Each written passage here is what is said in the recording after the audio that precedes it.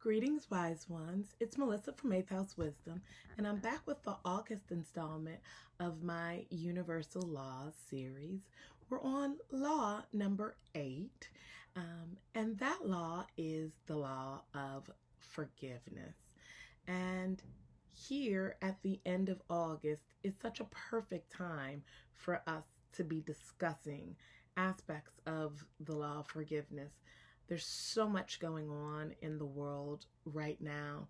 And I think just when everybody thought that aspects of social unrest and blatant violence against Black people would just end, we recently experienced the shooting of Jacob Blake and the Milwaukee Bucks and other sports teams, including the WNBA, following suit by protesting and calling off games to bring attention. And it's important that people are bringing attention because what's happening for a lot of us is a lot of tension and a lot of angst. I mean, we've been in the house since March for many of us.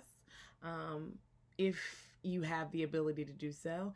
And if not, you've been going out each and every day to what may seem like a harrowing experience. Trying to keep your bearings, trying to keep a roof over your head, food in your mouth, and the other basic comforts that we all kind of need and necessities. So, needless to say, there's a lot of anger, tension, and frustration to go around. And when it comes to things like why is it so difficult for America to respect, honor, and uphold the idea that Black lives and other minority lives matter? Or why has it been so difficult for federal, state, and local governments to organize an appropriate response to the coronavirus that doesn't result in probably one of the most significant rates of death in a first world country, as we like to refer to ourselves. Those things in particular give people a lot of stuff to just feel pissed off about and to want to blame someone.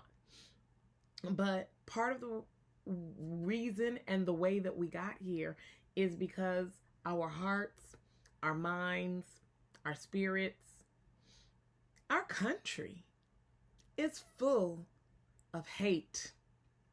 It's full of hate and separation, difficulty, and we have a past that we have not acknowledged. We're talking about the law of forgiveness today, and to read about what the law of forgiveness says, I'm taking these words directly from Bob Proctor and Proctor Gallagher Institute.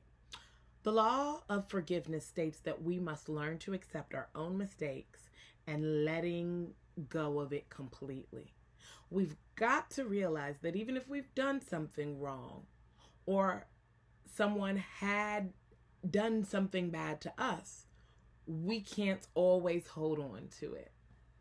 And I think that's a really big metaphor for the space that we're in our country. Parties on all sides are holding on to it. And let's be real, there are a lot of us who have a right to. As a Black person, I recognize I am fully within my rights to hold a lot of animosity and frustration with systems, with government, with white people in general for their lack of allyship and being an accomplice with us, or for choosing their comfort over what's right when at our core we're human beings. But it comes down to an issue of whether or not this is truly going to serve me.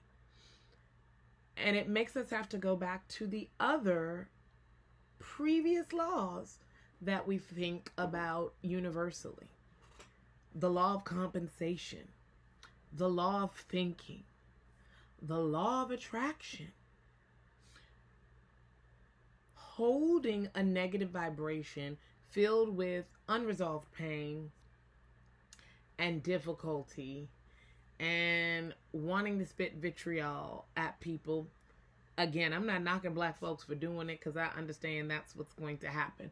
But for me, when I think about my oversoul, and we really think about all of our oversouls and our destined purpose for being here, holding on to that anger and that resentment does absolutely nothing for me, but draw more of it to me.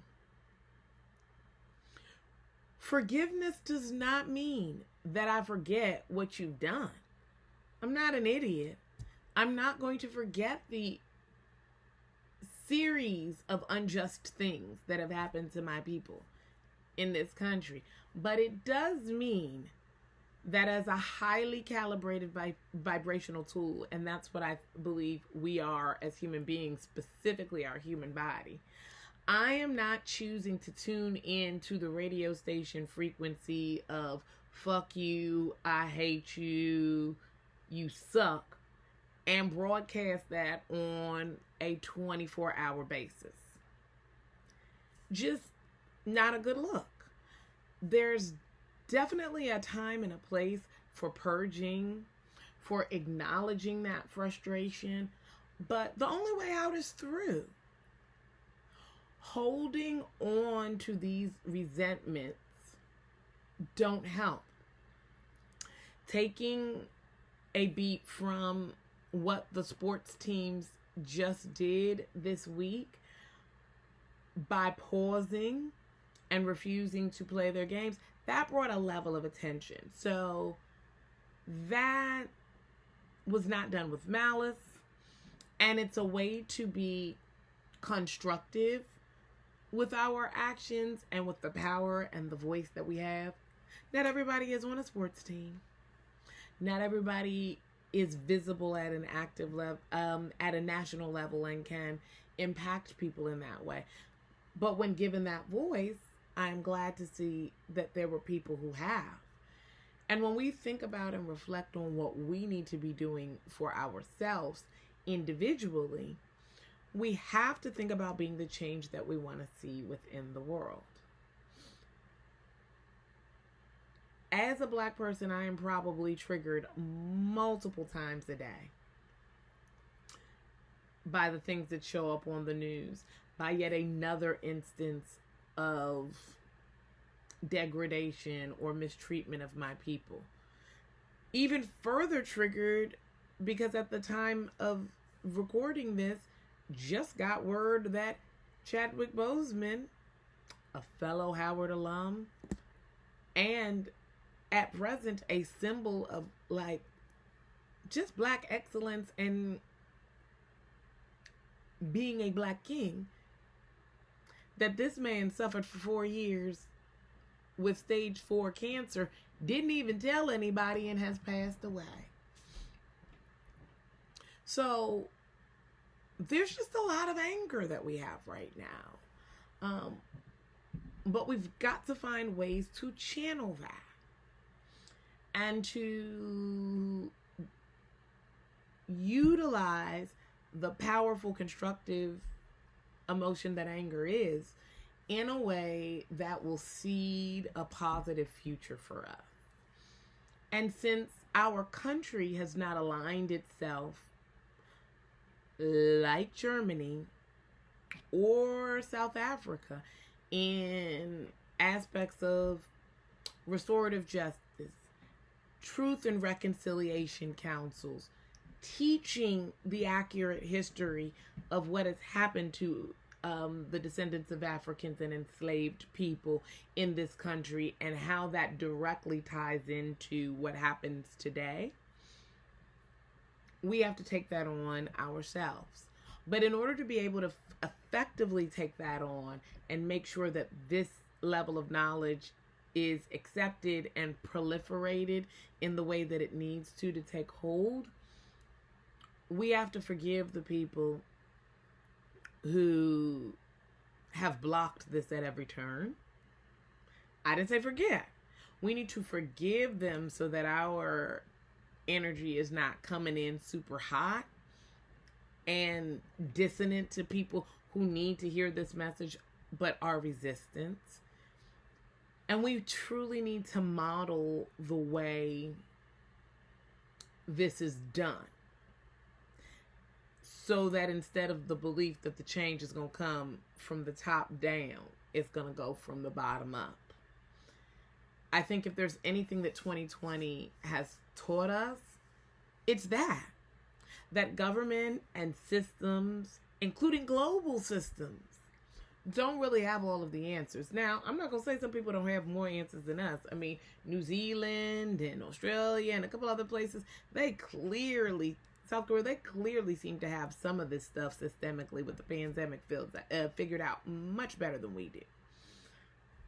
But now that it's been exposed, now that we know some of what's happening and we know the capacity and the limitations that exist, we have to be the change that we want to see. We have to affect change up the chain.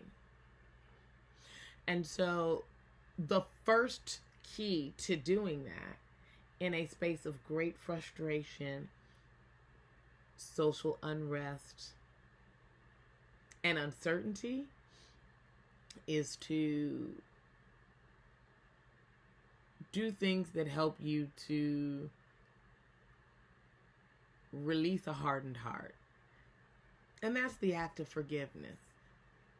Remember in the end that forgiveness is about you. You're forgiving because you want to see your efforts move ahead. Not because you're trying to absolve someone from feeling a way that you feel like they may feel with your absolution. So I implore everybody to dig deep and figure out how you can make that happen for yourself. And if you're in a position to touch the lives of other people, think out loud about your process. Truly model step by step for someone how you got from point A to point Z. Because that is definitely a question I get on a regular basis about, okay, yeah, so I want to forgive, but how do I do it? And it's just like what they say about how do you eat an elephant? Bit by bit. And we can do it. We just have to see what's in it for us.